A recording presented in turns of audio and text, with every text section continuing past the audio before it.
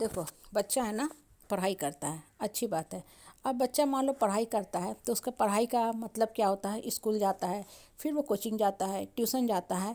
मतलब बाहरी तौर पे बच्चा सारा कुछ कर रहा है। बच्चा को दूसरा आदमी देखता है, वो कहते हैं कि बाप रे कितना अच्छा बच्चा है, बस सारा दिन पढ़ता ही रहता है।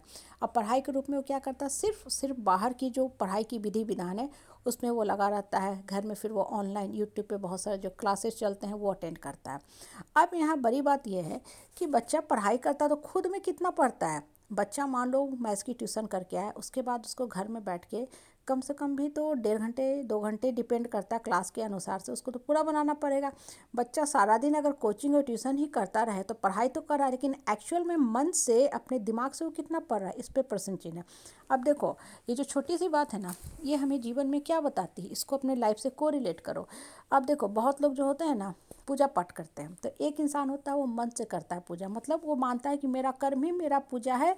वो अपने सोच को प्यूरिफाई करता है। उसके लिए पूजा का मतलब, ध्यान का मतलब, प्रेयर का मतलब है कि हमको अपने मन के अंदर जो नकारात्मक थॉट्स हैं, जो हम गलत सोचते रहते हैं, खासकर लोगों के बारे में अक्सर हम गलत धारणा क्रिएट किए रहते हैं, बोलते रहते हैं, फीडबैक कमेंट तलाशते रहते हैं लोगों के बारे में, उस सबसे हम हट जाएंगे। मतलब अपने मन को साफ करेंगे। ये हुआ एक विधि विधान से पूजा, जो रियल पूजा होती है।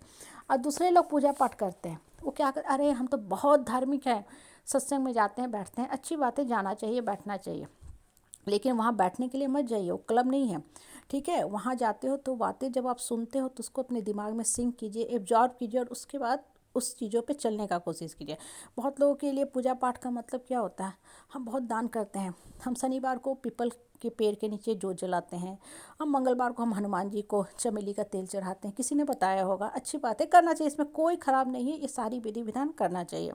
हम इतवार को तुलसी में पानी नहीं डालते हैं, हाँ, दक्षिण मुख करके खाना नहीं खाना चाहिए, बहुत सारे रिचुअल्स हैं, XYZ रिचुअल्स हैं।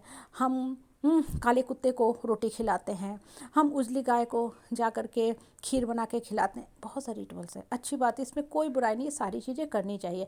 लेकिन ये जो चीज़ें हैं ना, ये एक्सटर्नल तौर पे हैं। ये जितना देर आप करते हो आपको अच्छा फीलिंग आता है, आपको लगता है अच्छा अब मेरा जीवन सुधर जाएगा, लेकिन एक्चुअल में आप काम कर रहे हो।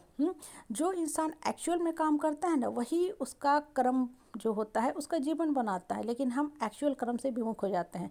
बहुत लोग देखो, कोई लंबा चौड़ा व्रत करता है, हाँ, निर्जला व्रत करता है, हमेशा ही कुछ घरों में तो देखते हैं हमेशा पूजा पाठ हवन ही हो रहा है।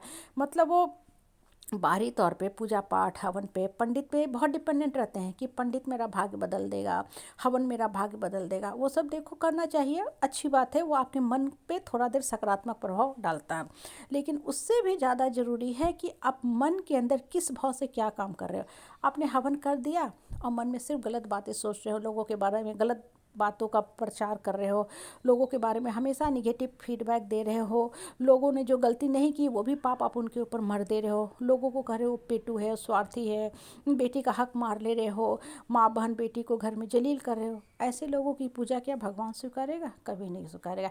इसलिए बहुत लोग देखोगे ना, हमेशा हमेशा पूजा पाठ में लिप्त रहते हैं। हाँ, बाहरी तौर पे तो सब कुछ करते हैं, जैसे बच्चा सारा दिन ट्यूशन कोचिंग कर रहा है, स्कूल कर रहा है, ऑनलाइन, हाँ, यूट्यूब खोल के बैठा हुआ है, सबको लग रहा है कितना बच्चा पढ़ रहा है, लेकिन रिजल्ट में क्या आता है, पास नंबर आना भी मुश्किल हो जाता है। क्यों?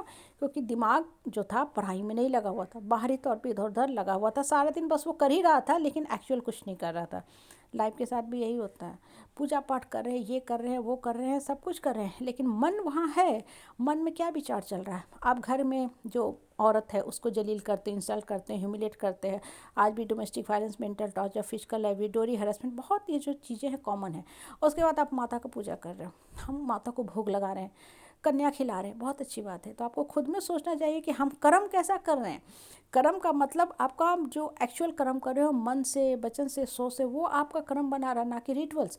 रिचुअल्स का कोई मायने नहीं है अगर आपके मन में शुद्धता नहीं है। इसलिए पहले मन से पूजा करो। जैसे बच्चा मन से बैठ के पढ़े ना, कोचिंग ट्यूशन कम भी जाए, लेकिन घर पे अगर सेल्फ स्टडी करे तो बहुत आगे बढ़ सकता है। इसलिए पहले अपना सेल्फ मूल्यांकन करो कि हमारा अंतर मन में क्या चल रहा है, मन में शुद्धता लाओ। मन के अंदर जो गलत विचारधारा है, जो इंसान घर में औरत है, बहन है, बेटी है, उसको मान सम्मान नहीं दे रहा, वो किस देवी की पूजा करो, उसको क्या लक्ष्मी पैसा देंगे, क्या सरस्वती ज्ञान देंगी, क्या दुर्गा उसको शक्ति देंगी। इसलिए पहले जो भी पूजा पाठ है अपने मन से करो, मुख से ना करो। मन की पूजा ही भगवान जो है स्वीकारता है।